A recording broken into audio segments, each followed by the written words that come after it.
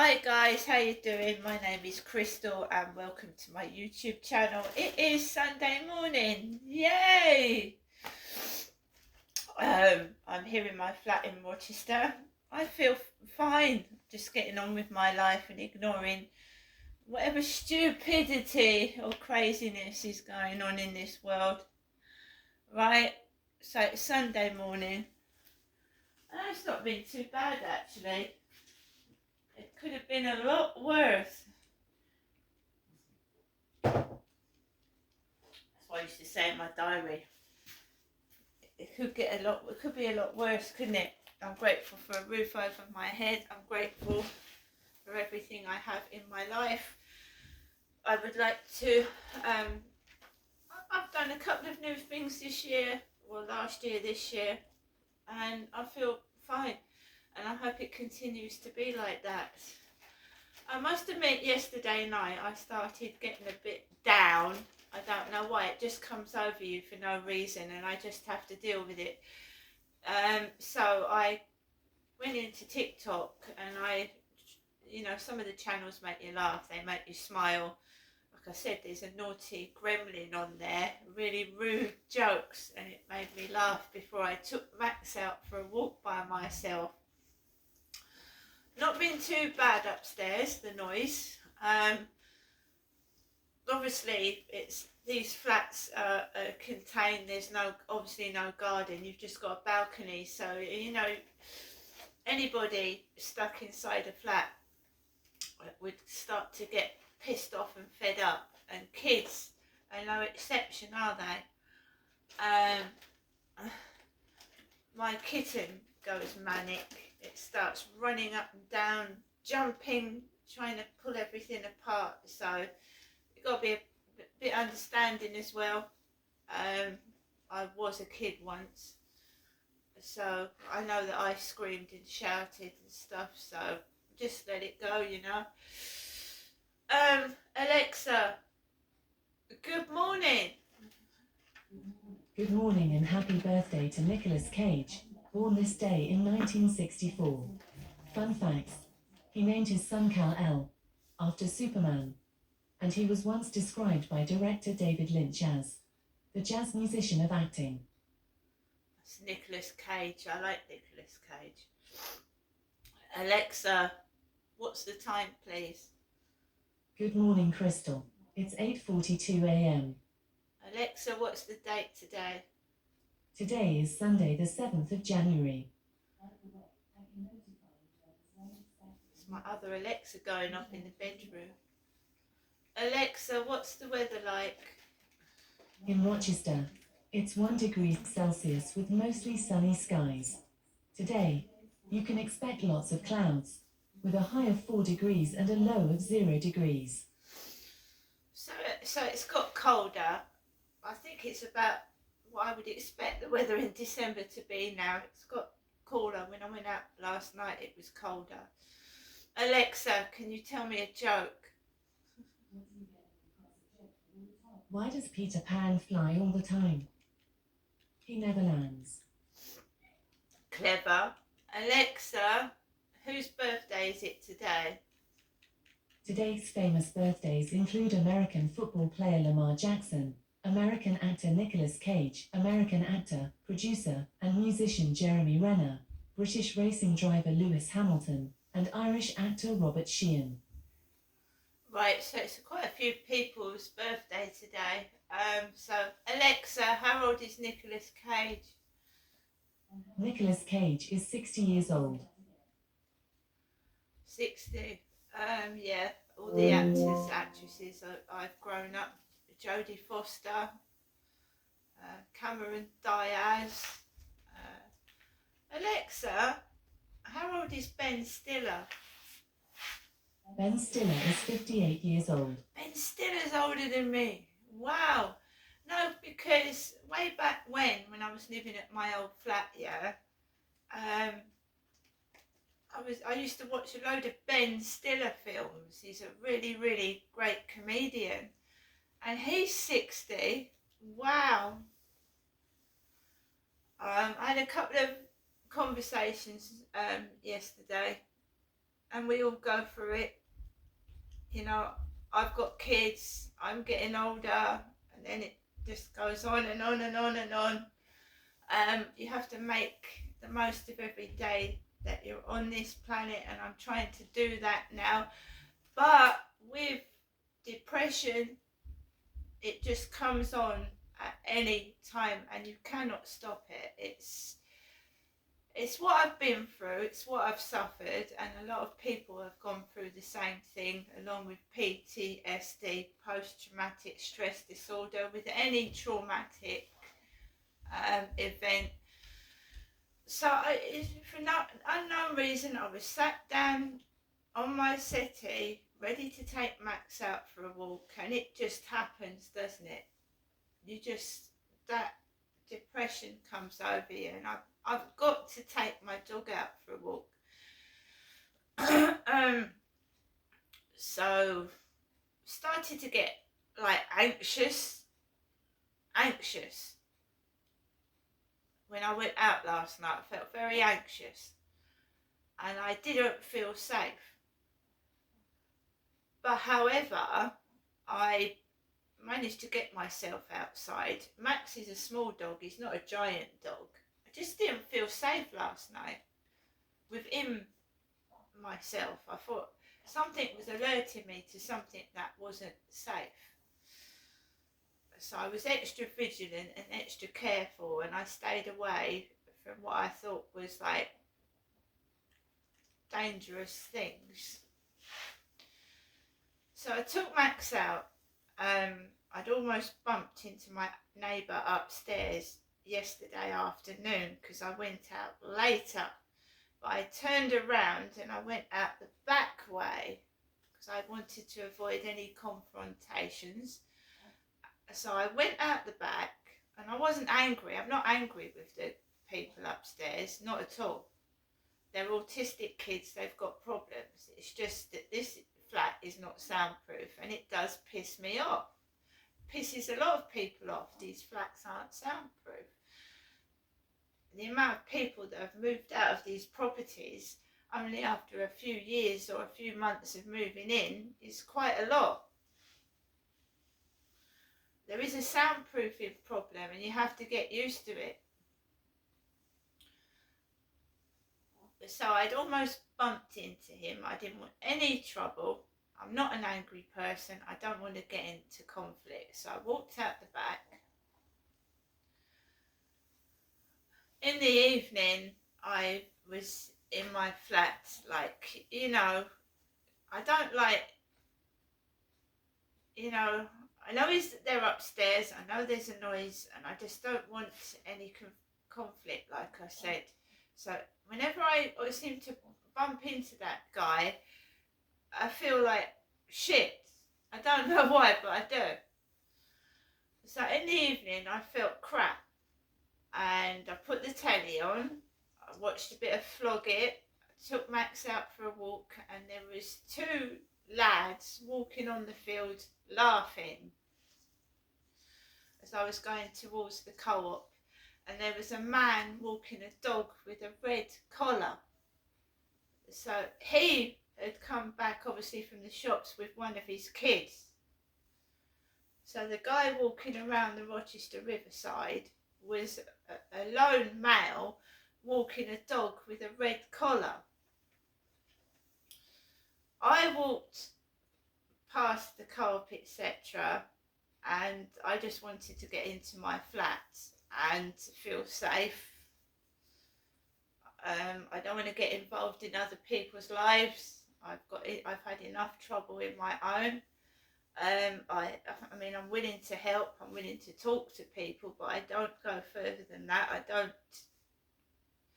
involve myself in it. So I got into my flat in the evening. I went on to TikTok. I was flicking through videos. I've got a game where you've got the ambulance and the police and the fire engine, etc., etc., and it wouldn't load. It said there's no internet connection, but I think there was a problem with the game because the internet connection in my flat was working with other applications, so I couldn't get into my game.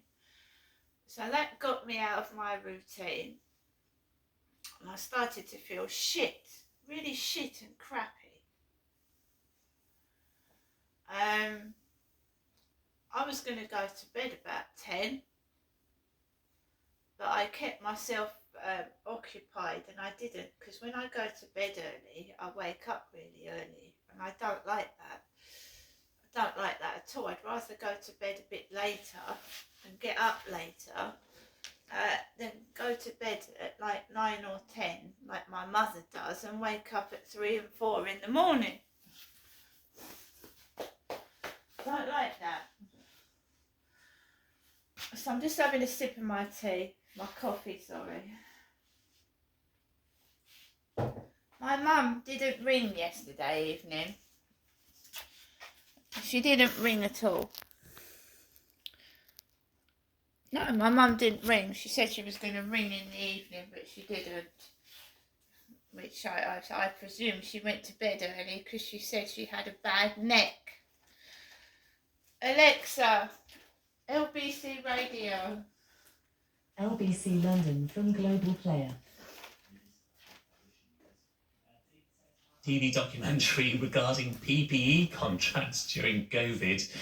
Who has the taxpayers' money? Asks David. I'm sure there will be a drama made about that. I think Michelle Mone. There's already a casting call, isn't there, for someone to come and play Michelle Mone. And Paul in London says the post office drama came out at the right time. But there's a list of scandals that the government is sweeping under the carpet. Windrush and Grenfell, to name just two. Thank you, Paul. Again, I think, those quite well could be dramatised in future, couldn't they? Let's get back to our finance news now, because this time, every Sunday, we talk about personal finance with Abigail.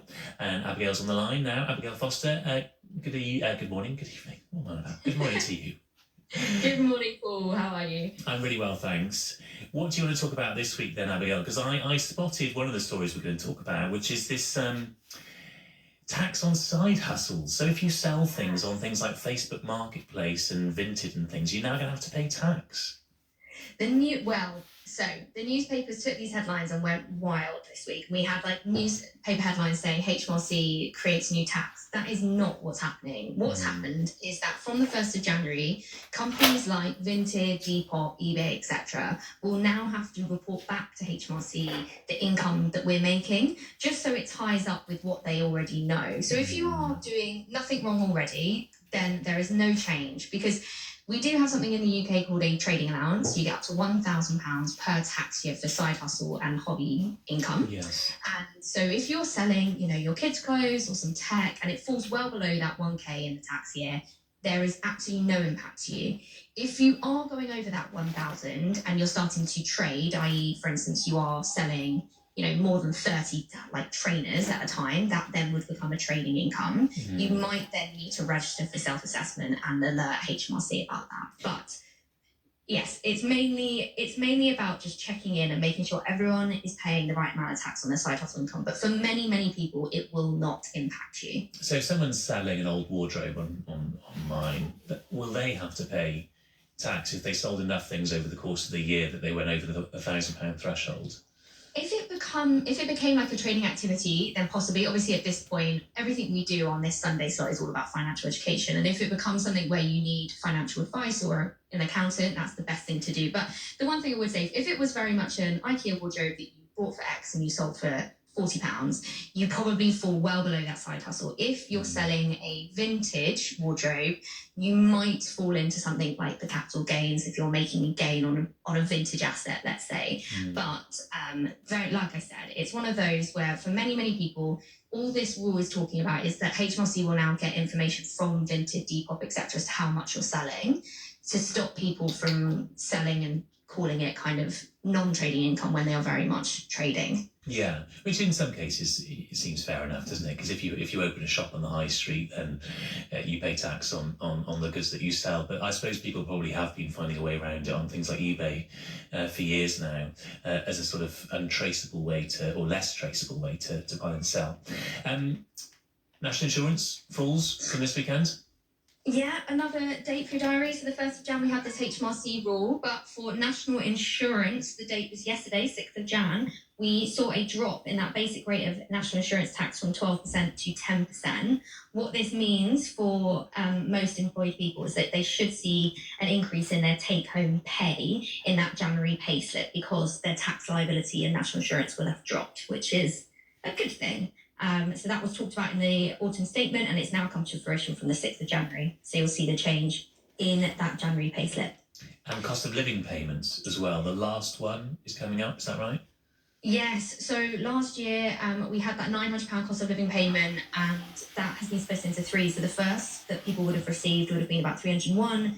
The second was about 300, and this week or this month, so within the next month on the 6th of February, you will see the last payment of 299. Something to be aware of is the payment actually is meant to come out on the 6th of February, but for some people, so if you're getting the payment because of child tax credits, then you might not get it until mid to the end of Feb. But yes, the cost of living payment, the final one in that instalment of 900 comes into February. I suppose some people will be worried about what happens next, because although thankfully inflation has reduced, prices obviously across the economy are still rising. People are still paying more for their shopping all the time, and cost of living crisis hasn't gone away. But these payments dry up from February, and people won't have that extra help. We have obviously the spring budget in March, and what I'm really hoping happens there is something to come in and replace this to support, because as you said, we do have a cost of living crisis and we need to be supporting people that need it. So hopefully in that March budget we will see some definitive actions to help people again. Okay, let's see what happens. Abigail, thank you so much for your time this morning. That's Abigail Foster there, spokesperson from ELANT, a financial literacy workshop, talking to me about the roundup of the week's personal finance news. Let's just squeeze in a couple of calls now before we reach the top of the hour about the Horizon scandal, the post office scandal, and the fact that it's rocketed up the agenda this week because of that TV drama. Let's talk to Alan, who's in Medway in Kent. Hi, Alan. Hello, Paul. I saw the programme. I work for the post office, not as a sub-postmaster, but in the Crown office. And I knew there were problems going on, and I've known that for the last 20 years. I've got another friend who's a sub-postmaster. But what stood out to me was that Federation rep, he went along to Fujitsu and found out that they can actually log in to each individual terminal and change whatever they wanted. And then when he was willing to go back and talk about it, they became the bully boys, and they gave him a discrepancy of, I'm not sure what it was, about £40,000 to £60,000, and that he had to shut up, otherwise he would have gone to prison. And I just think that sort of bully boy tactics needs to be, well, they need to do something about it. You can't get away with, somebody who's gone about their business and has found out something wrong, they shouldn't be allowed to get away with it. What do you think should happen next with this? They should have their goals taken away to start off with, and it should go to court. It should go to court, and all of them, Fujitsu, all the CEOs, Fennels, Angela, the one that was, I can't remember her second name, but she should go to court. They should all go to court, and it should be highlighted. And if they have to go to prison, so be it. Yeah. Okay, Alan, thank you. The Met Police are looking at a criminal case here. Ben in Clapton, good morning to you too. What do you make of all of this? Well, my mother used to say there's a law for the rich and a law for the poor, which is correct about the British justice in this country. I mean, the lawyer that was dealing with the chap that was fighting for the post office sub-postmasters was told by a lawyer, we need 500 people because we haven't got the money. And the post office will outspend us in court. And not because they're right, because they've got more money than we have. Now that's British justice. I mean, it's, you got the Disability Discrimination Act, which requires the individual, the person who's disabled, you've got to take the court on your own if you want to force a shop to install a ramp. You have to have the money, and that's the problem with British justice.